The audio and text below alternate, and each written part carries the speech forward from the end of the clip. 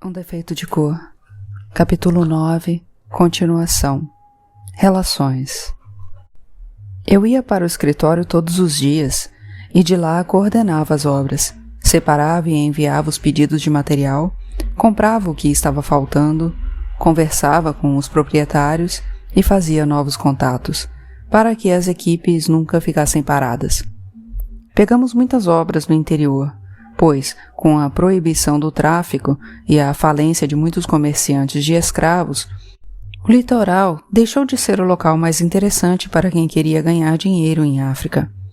O negócio do John também ia muito bem e ele ficava cada vez mais na fazenda, que tinha sido ampliada com um bom pedaço de terra, presente do rei intermediado pelo Xaxá. Ele também só empregava homens brasileiros, já que os selvagens não queriam saber de trabalhar. As suas mulheres, sim, e trabalhavam duro na colheita dos cocos de palma e na feitura do azeite. Eu admirava e respeitava o John, e percebia que ele sentia o mesmo por mim, mas já tínhamos nos tornado apenas bons amigos, e não mais marido e mulher. De certa forma, eu até achava bom, porque quase não sentia mais desejo depois do nascimento dos Ibejis, e menos ainda depois que meu sangue parou de descer, muito cedo, segundo a Yakumani. Ela, a Conceição e o Abimbola se entendiam muito bem, e muitas vezes ela dormiu na minha casa depois de passar horas conversando com os dois sobre o Brasil, os orixás, a África de antigamente e a que eles estavam vendo nascer. Nessas horas, eu gostava de me sentar ao lado deles, abrir algumas garrafas de vinho e ficar pensando na vida. Entre muitas ocasiões, sentia grande saudade do Brasil, e cada passagem do navio do Sarus por Oidá, com destino a São Salvador, era uma tentação, a possibilidade de seguir junto com eles. A Sinhazinha me incentivava, dizendo que sentia muitas saudades e queria conhecer os Ibejis, assim como tinha vontade de que eu conhecesse os netos dela também. Ela já tinha 4, 2 da Mariana, 1 da Carolina, que já tinha voltado de Paris e se casado em São Sebastião do Rio de Janeiro, e 1 da Amélia, a 3ª filha, que estava casada com um parente do novo marido da Sinhá. Ela disse que a Sinhá estava muito mudada e as duas já quase se consideravam amigas, passando temporadas uma na casa da outra. Nos dias em que a saudade era mais forte, eu pegava o baú onde tinha guardado aquelas coisas das quais não me separava, como a Bíblia, os livros do Dr. Joaquim, o tabuleiro do Francisco, o bastonete da confraria, a toalha da Sinhá Romana e o lenço encarnado do Piripiri. Eu pegava tudo isso e ficava à procura de alguém que quisesse me ouvir falar sobre cada um deles, sobre como tinham ido parar na minha mão. Eu não era infeliz em África, mas também faltava muito para dizer que eu era feliz. Faltava você, por exemplo. Um acontecimento importante daquela época foi a grande festa que fizemos com cerimônia na capela do forte, para celebrar o casamento do Rafik com uma brasileira que ele tinha conhecido em Agué, quando estava acompanhando a obra do Sr. Domingos. Era uma boa moça que tinha nascido em África, mas era filha de 2 retornados de uma vila nas proximidades de São Sebastião do Rio de Janeiro. O Rafik e o Felipe tinham comprado um terreno bem perto da minha casa e estavam esperando uma oportunidade, uma folga nas encomendas para construírem as casas deles. Enquanto isso não acontecia, convidei a moça para morar comigo, já que o marido vivia viajando. O nome dela era Angelina, uma moça muito trabalhadeira que logo ficou bastante amiga da Racina e da Roma, as filhas da Ainá. Pouco tempo depois, o Felipe também se casou, ainda com mais pompa que o Rafik, e a escolhida foi uma sarô de Lagos chamada Karim, que ele também conheceu ao acompanhar uma obra. Quando ele pediu para a moça ficar morando comigo até que a casa deles estivesse pronta, do mesmo jeito que a do Rafik, achei que era abuso e não deixei. Arrumei para elas uma das casinhas do terreno, da melhor maneira possível, e passei as casas deles na frente de 2 encomendas que estavam esperando na fila. Sempre tínhamos espera, que algumas vezes chegou a ser de 3 anos para o início da obra, o que valorizava o nosso trabalho, pois nunca montamos mais de 4 equipes, nunca confiamos em ninguém mais para coordenar o trabalho, que queríamos bem feito. Com o passar do tempo, os outros 2 mestres de obra, o Dionísio e o Crispim, também ganharam participação na sociedade. O marceneiro, o Aliara, teria recebido uma parte se tivesse esperado um pouco mais, porque era um profissional muito bom. Mas logo um brasileiro, de Ilorim, viu o sucesso que estávamos fazendo e resolveu abrir uma casa de construções também, que não foi para a frente. Ele conseguiu tirar mais alguns dos nossos homens, que devem ter se arrependido da traição, pois a empresa não durou nem 2 anos. As pessoas preferiam esperar o tempo que fosse necessário para construir com a Casas da Bahia, porque não era só da construção que cuidávamos, mas também dos móveis e enfeites, entregando a casa pronta para morar. Para cuidar melhor dessa última parte, contratei um gimbanda, que apareceu no escritório dizendo que era artista, que sabia tratar uma casa como se fosse uma obra de arte. Achei o jeito dele bem estranho, mas o chamei para ir até a minha casa e mostrar o que sabia fazer. Ele mudou os móveis de lugar, pegou alguns panos que estavam guardados no galpão, perguntou se eu conhecia uma costureira para fazer cortinas e almofadas novas, e, em uma semana, eu tinha uma casa muito mais agradável. Foi contratado para cuidar de todos os enfeites das casas que construíamos, e também para fazer os desenhos de móveis e esculturas que eu comprava do Abimbola. A escola dele já tinha muitos alunos e uma boa produção, mas só fornecia para mim. Não adiantava ninguém querer comprar nada dele, ao preço que fosse. Vanvan. Acho que o nome do gimbanda devia ser Vicente ou Vincent, não sei, mas ele gostava de ser chamado de Vinvin, escrito assim, mas pronunciado à francesa, Vanvan. Ele não dizia de onde era, nem a idade, e eu só sabia que tinha trabalhado alguns anos em São Sebastião do Rio de Janeiro, com uma dançarina francesa, escravo dela, que, ao adoecer, voltou para a França e o levou junto. Passados alguns anos, a moça morreu e o Vanvan ficou pertencendo a alguns parentes dela, uma família que tinha uma fábrica de enfeites de vidro e cristal. Ele também não contava direito a história de como tinha ido parar em Uidá, mas logo surgiram rumores de que tinha se apaixonado por um marinheiro e o seguira até lá, onde brigaram. O Vanvan era estranho, pois gostava de se vestir e de se comportar como mulher, mas era uma pessoa de excelente coração, com muito bom gosto, trabalhador e honesto, e tive que ser bastante firme para defendê-lo de certos insultos e manter a decisão de trabalhar com ele. Os mestres de obra não queriam saber dele e ninguém o respeitava, embora todos ficassem admirados com a capacidade que ele tinha de fazer muitas belezas dentro de uma casa. Foi por isso que tivemos uma ideia, que começou com uma brincadeira, quando estávamos passeando pelo mercado de Uidá à procura de panos da costa, e vimos um grupo de amazonas do rei Guizo.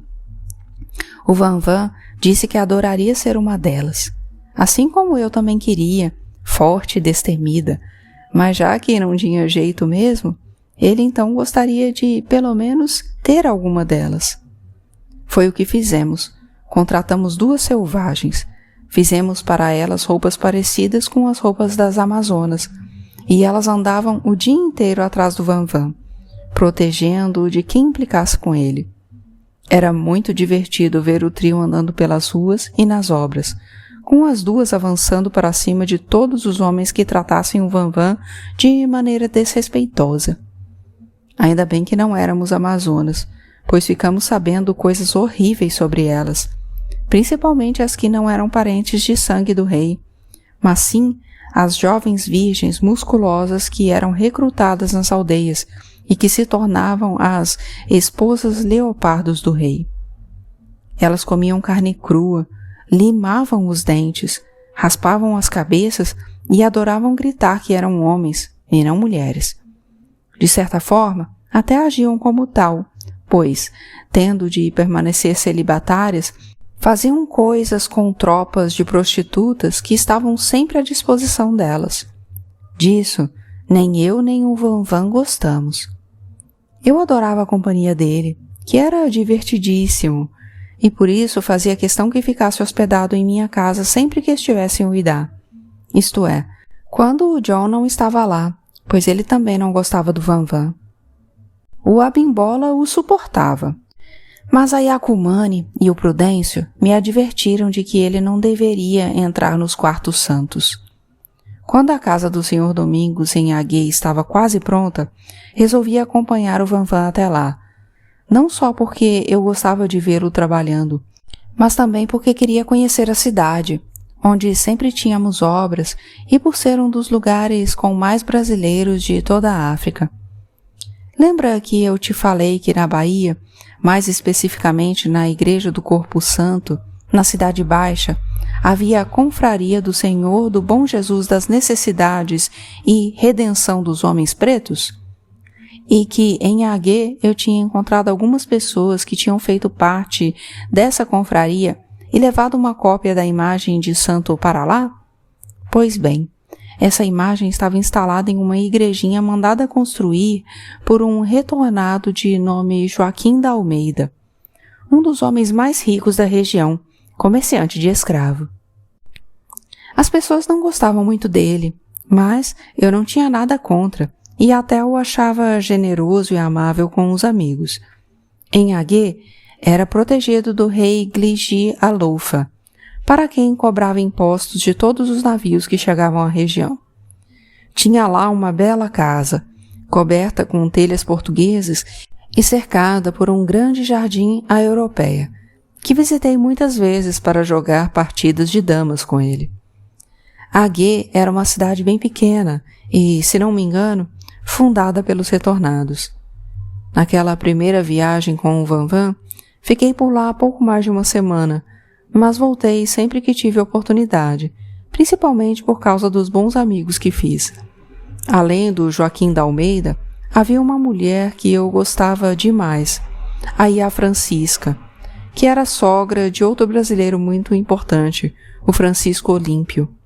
Mas não era só eu que gostava dela, porque era a pessoa das mais caridosas, que gastou uma verdadeira fortuna, que não lhe fez falta, comprando e libertando muitos escravos, provavelmente também por ter sido escrava, privilegiada por sorte sem igual.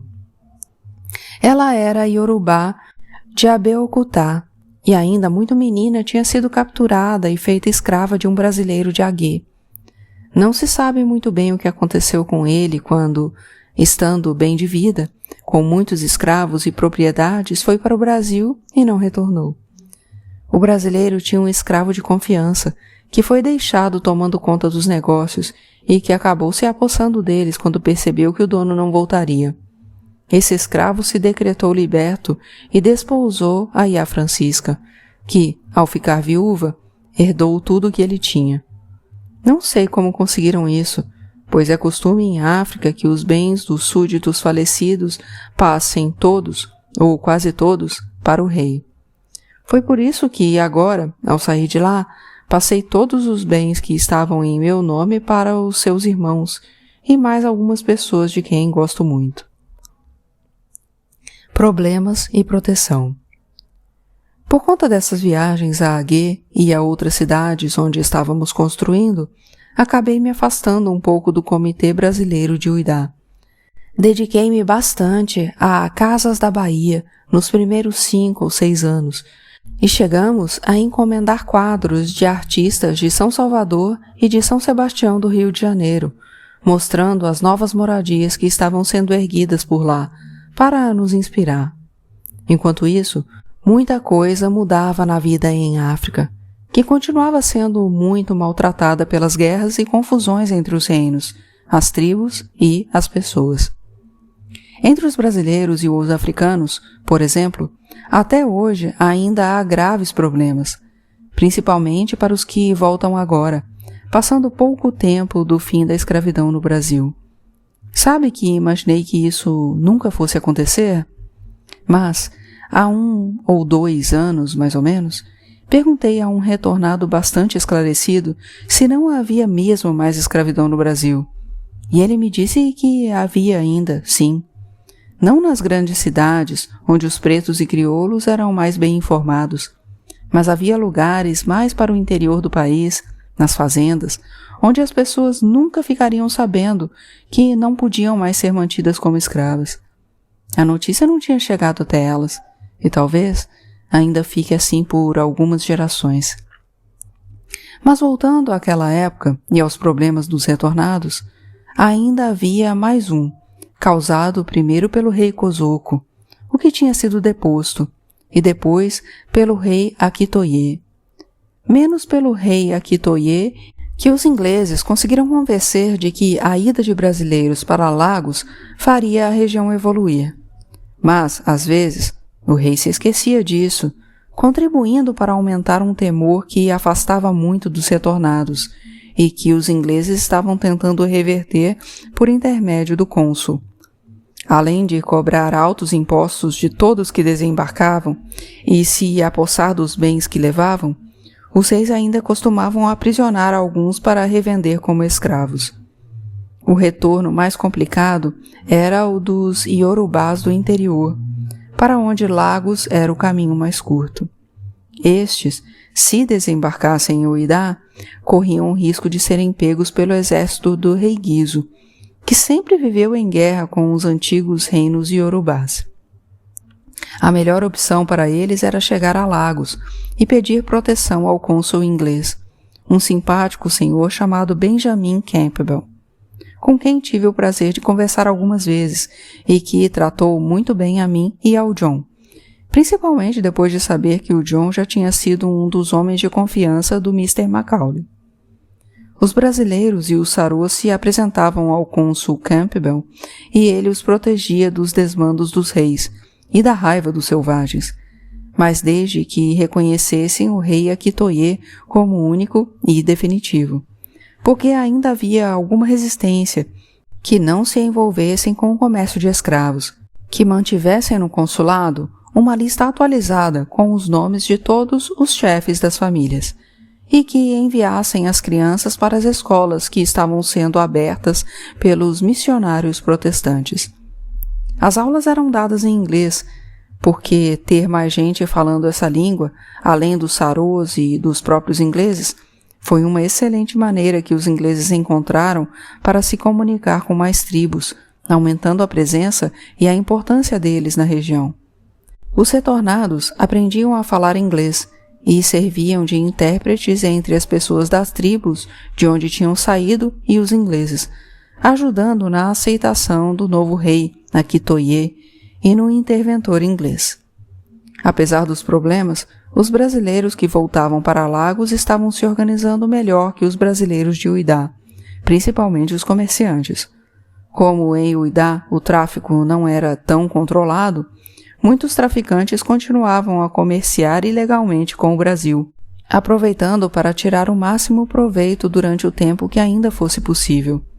Enquanto isso, em Lagos já se pensava em muitas alternativas ao tráfico, e o cônsul Campbell tentava conseguir que o governo britânico estabelecesse uma linha regular de navios entre Lagos e o Brasil, para os que queriam retornar.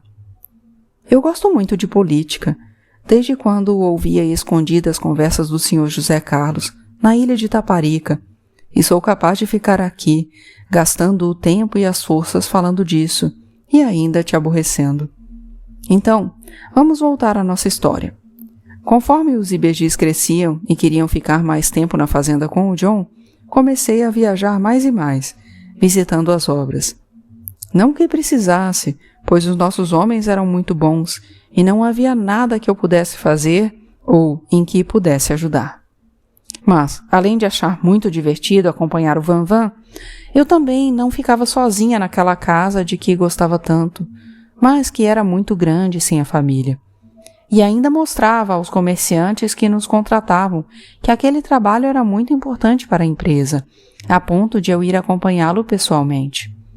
Muitos gostavam disso, e também era essa a justificativa que eu dava ao John, pois ele preferia que eu estivesse junto dele e das crianças, naquele lugar onde nada acontecia. De vez em quando, eu até ia lá, mas, depois de 2 ou 3 dias, tudo o que eu queria era estar em Uidá ou em qualquer outra cidade onde tivesse gente para conversar e coisas interessantes para ver. Em Uidá havia muitas festas, como as programadas pelo Comitê Brasileiro, mas uma das melhores daquela época aconteceu, se não me engano, em 1854, quando o Xaxá I completaria 100 anos se estivesse vivo. Quem organizou tudo foi o Isidoro, o Xaxá II, e seus 2 irmãos mais importantes, o Inácio e o Antônio. E, para prestigiá-los, apareceu gente de quase toda a África, brasileiros ou não, comerciantes legais e traficantes. Foi nessa ocasião que conheci o Sr. Francisco José de Medeiros, um rico comerciante português que falava tão bem o inglês que alguns diziam que ele tinha nascido nos Estados Unidos da América. Aliás, ele enriqueceu muito mandando escravos para os Estados Unidos, e óleo de palma também, que produzia na sua fazenda de Aguê.